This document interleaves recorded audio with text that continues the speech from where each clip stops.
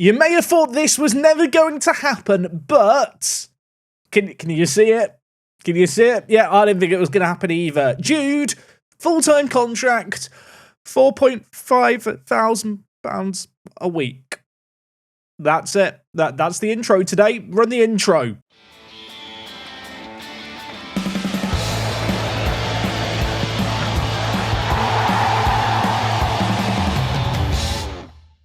Yes, folks, how is it going? Welcome back to Park to Prem. Today is episode number 49, and today, it's a big one, kind of. Well, not kind of. It definitely is a big one. Watford, we beat them earlier on this year, 7-2 in an episode. I thought, why not do the away day? And after that, Reading. Two teams breathing down our neck. As you can see in the top right, it is just before Christmas. Before we talk about the game since last time, of which I think there's only been 5 or 6, let's discuss some headline news. Jude has signed this new contract. It makes him comfortably the highest earner, contracted until 2033. But here's the kicker.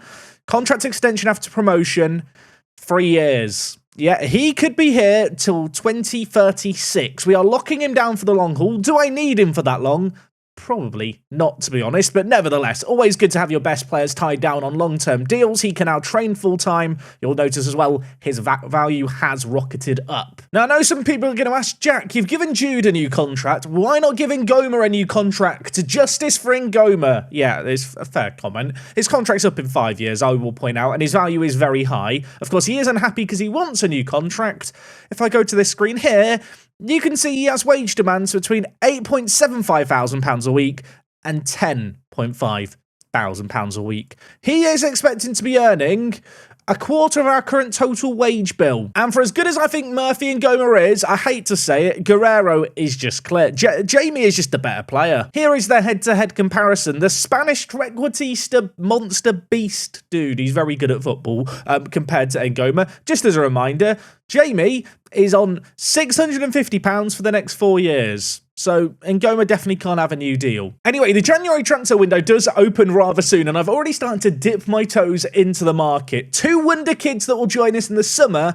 One player who might be signed by the end of today's episode. That man, Toby Hines, 18 years old. Had my eye on him in the summer, but he just signed a new deal with Colchester. Would love to pick this guy up because he just looked like he could be a phenomenal talent for the English kind of national team in the future, maybe even. You can see here there is a whole host of bids from different championship clubs. I have outbid them all. I've just got to hope he takes my offer. Would he take my offer?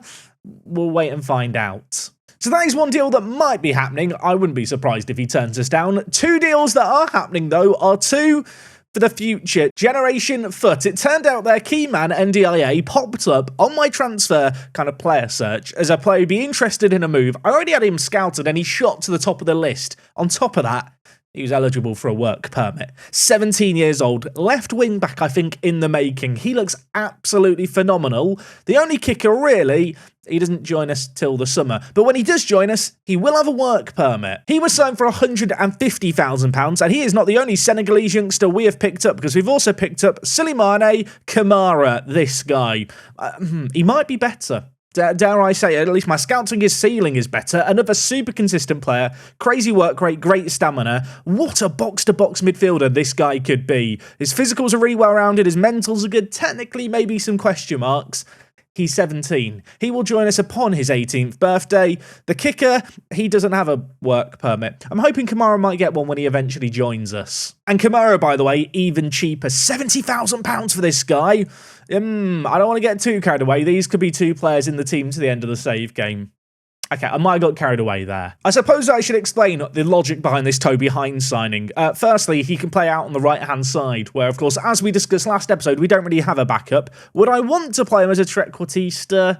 You know what? I actually think he could do a job, at least at our current level. But actually, one of the main reasons I'm considering making a move for him is because if we sort our team by value here, I feel like there might be some money to be made selling a player in the near future. And the man I'm thinking of selling would be Callum Goldsmith. Currently on £1,400 a week, or £1,300. Reading numbers is hard. He is wanted by some pretty big clubs, has some decent value as well. My thinking here is, if I sign Hines for £500,000 and then maybe get $5 million for Goldsmith, that will keep us afloat for the year. Given the fact that Goldsmith is pretty much playing at his potential, and if we compare him with Hines, I don't necessarily think there's a world of difference. It just feels like one of those sensible transfers to maybe make happen. And even if we can't sell Goldsmith, I think Hines for the price we're paying is quite a bargain. Anyway, let's talk about games since you were last here. We have played a decent number of them. Of course, last episode, we rounded things off with a really good win against Wigan. We then followed it up with an 8-0 win against Hastings United. Yeah, sorry to Hastings. Faye scored in this game. Was good to see. Of course, Hastings play in the National South. So we were just bullying a lower league team, but we made it through to the FA Cup third round where we have been drawn against Championship Nottingham Forest at home. Not the sexiest of draws. I don't think I'm going to cover it in an episode really, just because the league is so close. And while speaking of the other competition we're in, the Pizza Trophy, we lost on penalties to AFC Wimbledon. I feel like AFC Wimbledon are the unsung nemesis of me during this save game. They're constantly a thorn in my side. Yeah, Brody Spencer got sent off in this one as well. Silver lining, William Espinoza scored, a player who I still have high hopes for, maybe dropping down the pecking order slightly as the season's gone on. Missed a decent amount of football this year due to a twisted ankle at the start of last month, but is back in the team playing a little bit here and there. He is also available for the under-21s where he is playing predominantly, but he's training with all the adults, and to be fair, he's got a 10.0 training rating, and he's just getting better and better. So following on from that defeat, out of one cup competition, focus on the league continuing to be there, and then we drew 0-0 against Port Vale. I have to show you the match stats for this game. They didn't have a shot on target. Their goalkeeper, the greatest goalkeeper in the world of football, 8.9 rating for Brad Collins, stopped every shot at him. You might have noticed as well, I didn't draw attention to it. Jude did miss a penalty in that game. Not going to draw attention to it. From one defeat into another, Lincoln City away at Sincilbank, also known as the LNER Stadium. Sincilbank in my heart forever. This was a weird game. We were 3-1 down in this game after 47 minutes. We had to fight back from behind away from home. Should we have won? Maybe, but to be honest, when you're down 2 goals with, 20 minutes left of the game, to come back and get a point felt pretty significant. For Aronson, Ricky D and Sean McLaughlin with the all-important goals there. And in our most recent game, a very Rugby Town performance, 6-0 against Peterborough United. Sometimes we have these games where we just turn up. This was one such game. Guerrero 2 goals, Timmy with a goal, Goldsmith for Aronson, Jude as well. Yeah, the goals flowing. For Aronson picked up man of the match in this game, and what a man this guy is. 22 goals in the league already this year. That does make him comfortably the top goal scorer in the competition. The next highest player, Gudjonsson for Watford with 13. Of course, we've got to try and keep this guy quiet today. So this is how the league table looks. Those 2 draws could prove critical. As you can see, despite a positive goal difference of 51, we've scored 80 goals in 23 games, which is absolutely bonkers. We are still being trailed by a lot of teams. In fact, the top 5 teams separated by 3 points, and 2 of those 5 teams, including ourselves, are Watford and Reading. We play them both today. Not exactly expecting us to beat Watford 7-2 again, especially because we are on the road heading for an away day. Vicarage Road awaits, 22,000-seater stadium. Let's head over there. So for today's away day, we are heading just inside the M25, and we are heading to Watford. Watford, everyone. Watford. I don't know where the football stadium is, although I found it very quickly. Here it is. Vicarage Road, one of those cosy classic football stadiums nestled in the heart of its community. And I'm actually surprised it has a car park. It's not the most kind of pretty car park. I will say they've been very efficient with the space. It's like they're playing Tetris with cars. I am looking around the edge of the ground for activities. There is a general lack of activities, although there's parking here for the hospital. So if you ever go into the hospital, you can go to the football straight after. And lovely seating area just on the corner. Okay, moment of truth here. Street view, what you got for me? Okay, I am shocked at how little there is here. We're going outside the shop to start. I will say now, it's quite colourful, isn't it? From the outside. It looks quite nice from over here, really. Here is Vicarage Road Stadium. I mean, you know where you're turning up to, and to be fair, I respect the effort with the signage. That might be the biggest signage of a football team's name we've seen on an away day ever. Don't know if you spotted it as well. The Hornet Shop. They've not gone with Megastore or Superstore. Get points for that, Watford. I have just done a little scout around the edge here to see if I can get any other views. No others on the road, but there are some dots in the stadium. I can see 3. We'll start with this one in the corner. Why has that not worked? We won't start with that one in the corner. Okay, well, this is a strong start. The second of the 3rd dots in the stadium was this one. Yeah. I mean, this is just the road, isn't it? Although, to be fair, they have got a baker's in the football stadium. A bakery in the stadium. Points. I don't want to sound dramatic. This dot here really needs to contain a lot for Watford to do well. We'll go to Google Earth. Okay, here is Vicarage Road. I'm a bit disappointed we couldn't get a better view of the inside. Look at the seat art. They've got great seat art here at Watford. It is a pretty little ground, isn't it? It's one of those ones that feels like it tells a story. It's been built up over time, kind of not changed too radically over the years. And, I mean, it has a lot going for it. The signage, the efficiency of the car park, I feel like should be commended. But ultimately, if I can't see in the ground, I can't exactly give it top points. But it did have a bakery. The bakery is swaying me. This might be a controversial one. Vicarage Road, 6.75 out of 10. I enjoyed that more than I probably should. Anyway, with all that said and done, we have got to now get into the match. 7-2, we beat them earlier on this year in an episode. Of course, since then, we have discovered trequartistas exist, which is always exciting. Just looking at our team news here, we are at full strength, which is really, really great to be able to say. I did drop Jude for the last game in favour of Goldsmith, but I am going to bring Jude back into the team. I am finding myself swapping those two players on the regular. They're both in such good form, it's kind of difficult to pick one over the other. But given the fact Jude is now the highest earner, probably do need to start playing him more. Also, I have just noticed here Nkize's not in the starting 11. Nkize should be here. He is back from injury. We're going to play him at right centre-back. Gasperi, what a player this guy's been at left centre-back. He's had a little good run with Ondrejny, but with Nkize back from AFCON and a little bit rested, he can now start. It's kind of mad, actually. He came back from AFCON needing a rest, which you don't really want to see all players needing a rest in December, but it's the card we were dealt, and to be fair, we were without him for a month, so it didn't feel too difficult to survive without him. Ondrejny's had a good run, but that era, it's over. He's back out the team now. Okay, they have got a free kick in a dangerous area here. Okay, it was dangerous in area, not in effort. Corner for us. 2 set pieces to start this game inside the first 10 minutes. Timmy, what can you do? Whipping it back post. Nkize's under it. Can't get there. But Jude mopping up the pieces. Used to work in Lidl. Used to clean up the aisles. And now he's cleaning up Watford Football Club. When he got the ball here, didn't think he'd just run in and score. But he just dances past number 5. No one really closes him down. And in the end, just smashes it in on his weaker foot. And Goma on a booking after 17 minutes is slightly concerning. I feel like players are unhappy and more like angry on the football pitch. More likely to get sent off. That is my theory. I'm going to hope it's not a correct one. Good Johnson for them, their top goal scorer. We've got to be wary of him. Vera, maybe going to try and find him in the middle. Ricky D has been turned very easily there. Vera cuts inside and his shot whistles wide of the post. Gasperi with a free kick for us. Takes it short to Jude. He is showing himself short. Gives it to now back to Gasperi. He lays it inside to Timmy. A little bit of space maybe on this near side if we can find it. Nice switch of play though. This build-up plays okay. I don't mind this. Morgan, where are you going? Inside to Masters. The deep line playmaker. I feel like we don't talk about Masters enough. He has set up an attack there and set up a goal there. Ferrarinson scores it. It's 2-0. Like I just said, we don't talk about Masters enough. The unsung hero, I'd argue. The deep line playmaker was playing amateur football in Portugal. We plucked him away from them in January of last year. Plonked him in League 2. He's done it at that level. He is continuing to perform at this level, and so are we. Guerrero short to Ngoma, gives it back to Guerrero. I want to say generously, but to be honest, Guerrero didn't have a lot of time or space to do anything. It was over-generous, if anything, although that effort there, I mean, if that had gone in, the keeper should hang his head in shame. That was almost shocking by their keeper to find themselves 3 goals down. There's 10 minutes left of the half.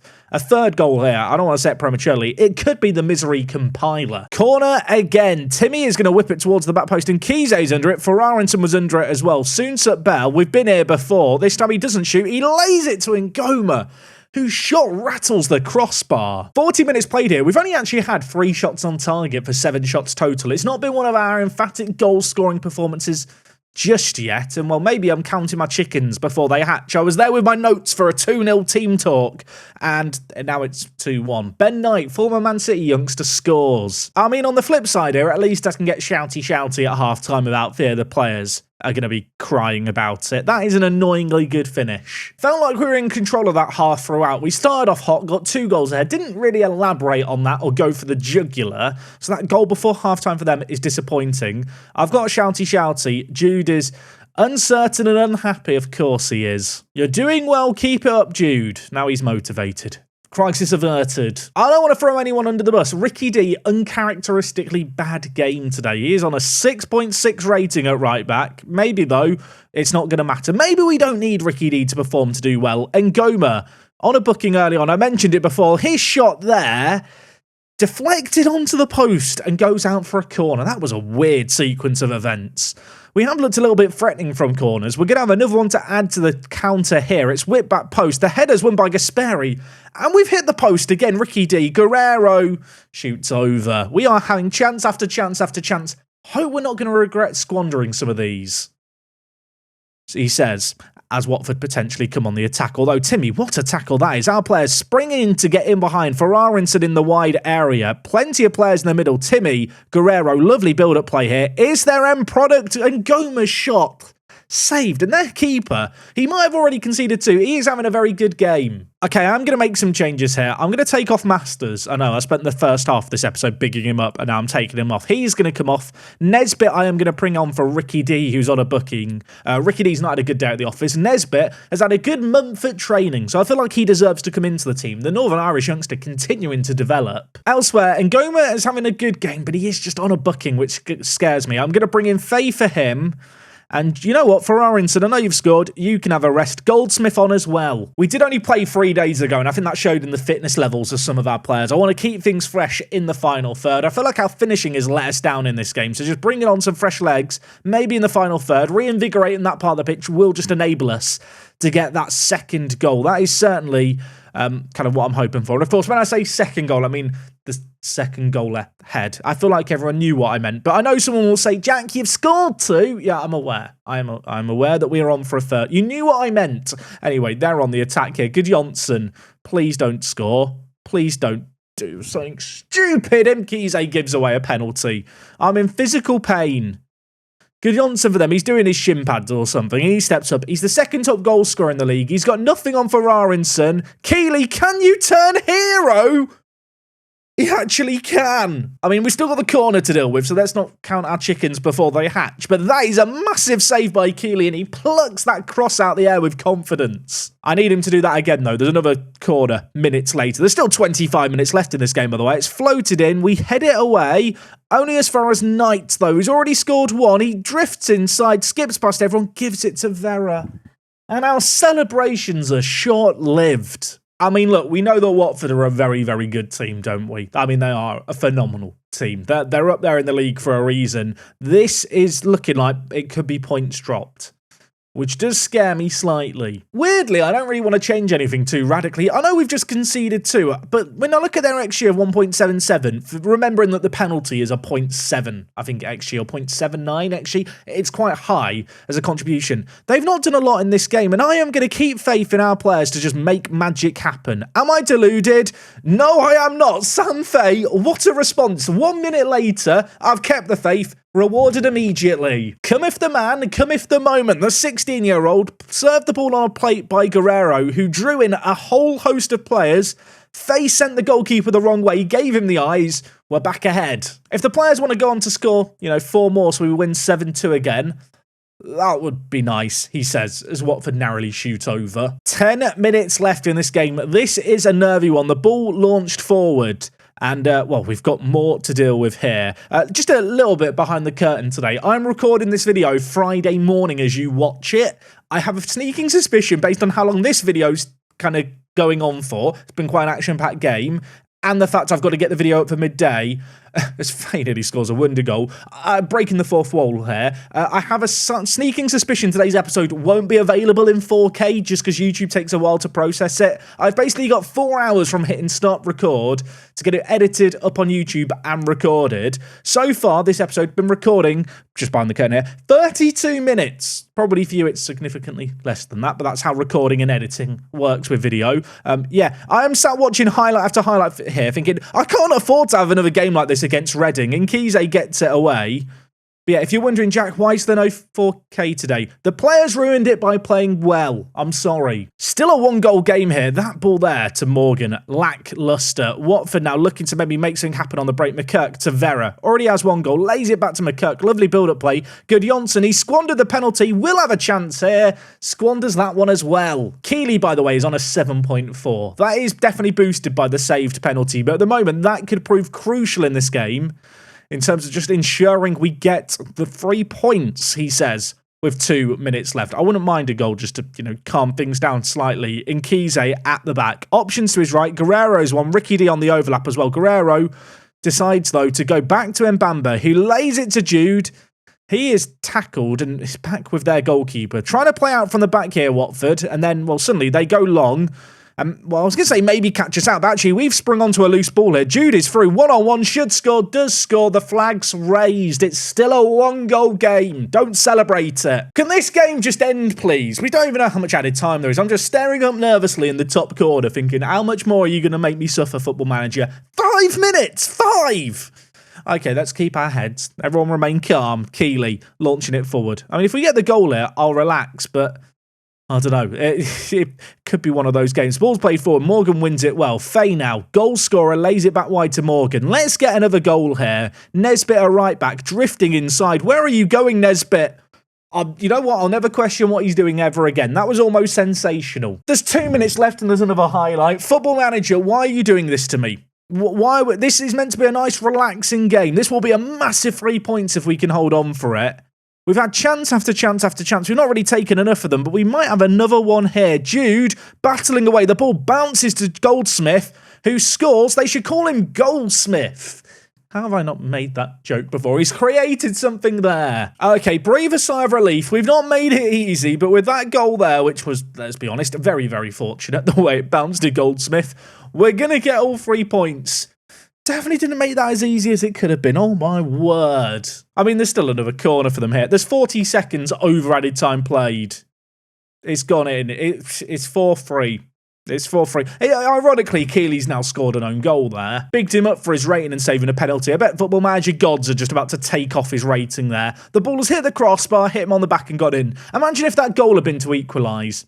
I would have been fuming. The good news is, it was just to make it 4-3. Full time here, 7-goal thriller.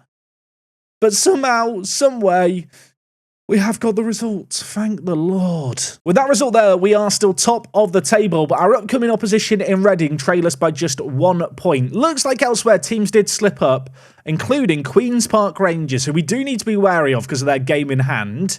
But actually, with how results went elsewhere, with QPR failing to win and obviously Watford failing to win, a 5-horse race, I mean, it's suddenly become a 3-horse race. I realise I'm saying that with 22 games left of the season. It's still a many-horse race. Don't know why I'm going on so much about horse racing. Always been more of a fan of greyhound racing. I say I've never been greyhound racing. Is it good? Has anyone been? I don't know. They look like they run fast when I've seen it on TV. Don't mind me just having a crisis about greyhound racing mid-episode. Ricky D's had some interest in him. Hull City won him. He wants a new contract on £3.4 to £4.6 thousand a week. If there was anyone I was going to give Jude Soonsup-Bell money to, I think it would have to be Ricky D. He wants £4.9 thousand. This is the issue with what I've done with the Jude thing. I've given Jude some money, and now all the other players, they're smelling it. They've got the wafty sense of money. I'm going to give him a big loyalty bonus here to lower his wages. I am going to try and sneak in a contract extension after promotion of 3 years, similar to what we did with Jude. I don't mind paying players a big loyalty bonus over the length of their contract if it means they're going to stick it out and I can save some wages. Doesn't look like I'm going to save any wages on this one, though. Ricky, £120,000 loyalty bonus, 3.6 thousand wages. He really wants the 4.9. 3.9? He's now asked for 5. I'm making him angry. £4,000, £150,000 in loyalty bonuses, £22,000 in agent fees. Also, this appearance fee. That is far too high, Ricky. And you know it. How's that? How long's left on his current deal? He's contracted for another 2.5 years. I don't need to give him a new deal. To all the people begging me to give players new contracts, look at what you've done. I'm fine. Anyway, Reading up next. We're at home for that one. 4 days away. I'm going to rest up the players and get straight into that. Sad to say, but no updates on the Hines deal ahead of the Reading game, so I guess that is going to be a wait and see. Of course, a queue of championship teams interested in him does mean it feels a little unlikely we're going to be able to secure his signature, but alas, we have got to focus on this game here. Reading in second, we are top. Little bit of news for this game. Unfortunately, Ryan Morgan has not recovered particularly quickly for this game. Of course, he only has 9 natural fitness, which is always going to mean his recovery between matches isn't always there. As a result, Chambers is going to come into play as our left wing-back option for this game. Elsewhere in the team, you might have noticed that Guerrero is struggling with fitness, and yet I've got to start him. He is one of our best players. He is probably our best player. What a phenomenal talent this guy is. We need him on the pitch. We play better when he's here, and this is as must win as they get. Going into this game, I wasn't sure which game I thought was perhaps the most difficult out of this one and the one against Watford, but ultimately, given the fact this is first versus second, albeit at home, maybe this is going to be a bigger struggle. We are unbeaten, I believe, now in 9 games. Of course, those draws between last episode and this episode have seen us slip down slightly. This is going to be a tricky one, and it could have a tricky start. Reading hit the woodwork within the first 11 minutes here. That corner, not convincingly dealt with. For a second, I thought we might hit them on the break, but alas, it does get broken down. Half an hour played in this game. No real highlights. Say real highlights. We've had the one highlight thus far. They've got a chance maybe here to make something happen, Reading. Francic scores a banger. Yeah, when he pulled the trigger from there, didn't think it was going to end up going in. The players are bowing at him. I feel like I should bow to his feet for that goal. I mean, yeah, we're a goal down. It's one of those goals where you kind of shrug your shoulders and go, well, that was good. That was good. There's not much anyone can do to stop that. A goal down in this game. We have had a higher quantity of shots than Reading. We've also had 70% of the ball, and yet they've scored that one wonder strike. I am looking at our 2 defensive mids, both on bookings. Not loving that, not only because they're not playing well, but also because I do feel like defensive mid is maybe an area where we don't have quite as much depth. I thought they were about to score another banger. Mason Clark's shot goes wide to end. Well, I was going to say to end the half. I take it all back. The resulting goal kick with 40 seconds left, it's another chance. Yeah, we were never going to have a nice, relaxing half with just the one highlight, were we? And Goma plays it forward for Aronson. Score this, please. I don't know why I'm pleading with him. He's kicked it straight into the keeper's hands. Anyway, that shot there was the final chance of the half. Not exactly the most open of games. Not a typical rugby town game. I've been told by the assistant to tell the players they've been unlucky. I'm going to tell them they've been terrible. We have standards here. They're not matching them. Like I mentioned, Masters and Timmy have not been playing particularly well at defensive mid. I could bring in Nesbitt and Mbamba. They are perhaps our best 2 defensive mid options. Do I want to bring them in this early? You know what? The defensive mids aren't playing well. I'm going to make these changes. And Bamba's the better player with ball-playing abilities. We're going to play him at deep line playmaker on defend. Nesbitt, don't necessarily love him as a Segundo Volante. Not the best player going forward, but at least it makes use of his stamina and his work rate and his ability to get up and down the pitch. Gonna hope that reset in the midfield is going to galvanise us here. A chance in the first minute of this half could be massive. Nesbitt inside and Bamba, the 2 defensive mids involved in the play, although involved in us losing possession and leaving ourselves open to a counter. Ricky D, though, well, I was going to say he does amazingly to get back and put in a tackle. It was a good tackle. Sadly, the clearance cleared it straight to them. And now, well, we might have some more defending to do. And Kize wins a big header. Who is that losing the battle? It's Ngoma. He might have lost the battle. He's winning the war, though. Captain Fantastic, the number 7, inside to Jude. He spreads it wide to Nesbitt through the middle. Brought on off the bench. Had an effort from range last game that was a lot closer than that one. Yeah, that was awful. We're only 7 minutes into this half, but we are definitely creating more early doors. But, well, creating something is one thing. Scoring something, that's what we need to do. And Goma making some space for himself down this wing. Skips past a couple of men. Options in the middle. Floats it. Guerrero is there. His effort is parried away by the keeper. And, I mean, it was a good chance. Guerrero, not necessarily the player you expect to be at the back post competing for a header. On that occasion, he couldn't find the back of the net, but we are ratcheting up the pressure. 11 minutes now played in this half. Chance after chance. Reading still clinging on to their lead for now, but this is a slightly different performance. The defensive mid-subs are making stuff happen, and the keeper makes another phenomenal save. Okay, we still find ourselves a goal down here. Since Bell not having the best of games, Goldsmith is going to come on for him. Elsewhere, Guerrero really struggling now. I'm going to move Faye inside. We're going to go back to the narrower system.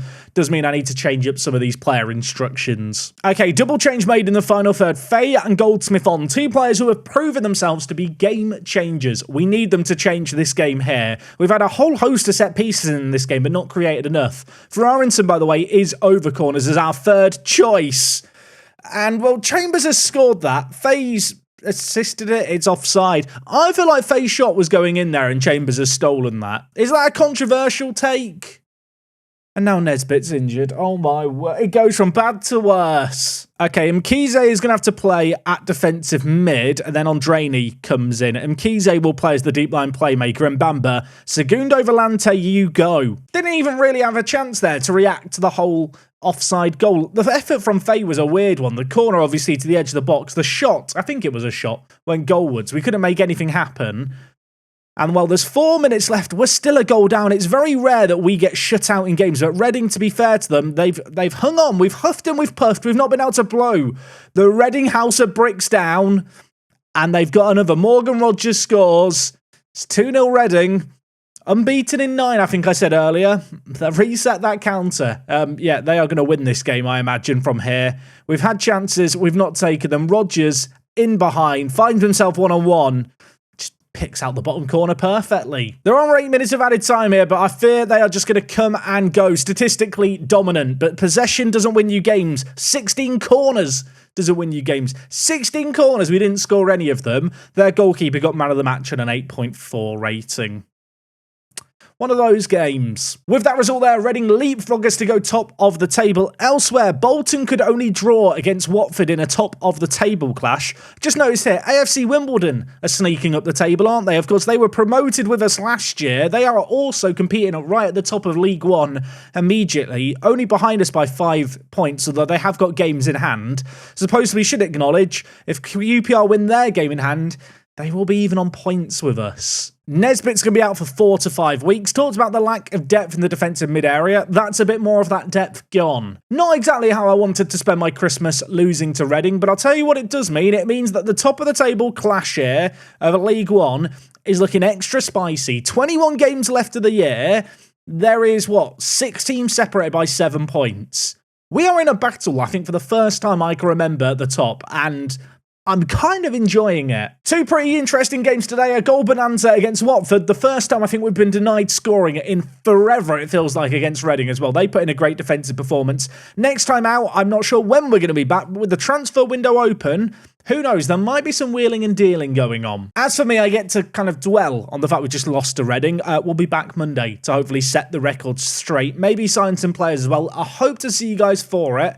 Until then, take things easy. We've lost. It feels weird. I don't know how to do the outro today, so we'll just end things here. Bye. I'm fine. Everything's fine. We don't need to panic. I'm panicking.